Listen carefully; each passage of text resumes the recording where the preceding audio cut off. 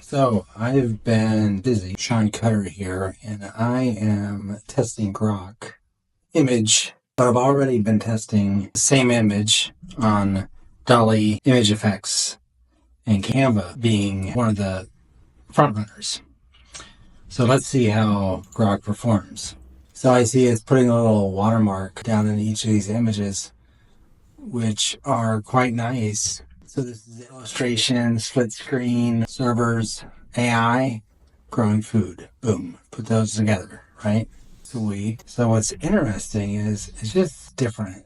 So it wants you to put draw. So I just take these in, and if we want to make it quick, take all these out, replace the prompt. Probably don't need to do this. I could probably ask it, but I don't want any funny business. So we're going to take all these out except for that.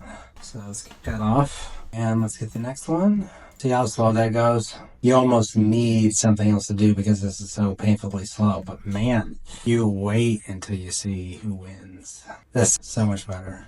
I'm calling it. That's Grok there. Next. So all of this was actually sourced from different conversation that I had from taking a lot of context that I had in ChatGPT and Lex and these other tools that I use. And I gave it all to Grok and I said, here, this is my goal. And what I'm building now is the result or the derivative product of that. So let's take this out. Let's keep going. Next one on there. I like locking and loading these up. See how these go. Very realistic, I have to say. Boom. And let's kick it off. I don't know. Those are whatever. I'm not impressed. But nice greenhouse. I don't know what this line painting is. It kind of went crazy. I don't think you're going to pack anything in small greenhouse like that. The solar panels on top of it. So it's modern.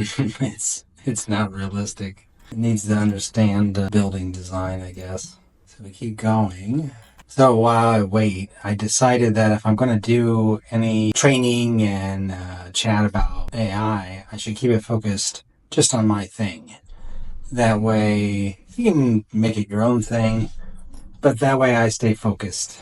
And it's always along the lines of the product and what I'm building at the time. And so that's how we found our way here.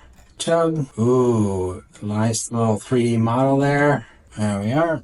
We got 2 more left. You're going to love this. And that's the last one. See how it does with text. Power tomorrow, today.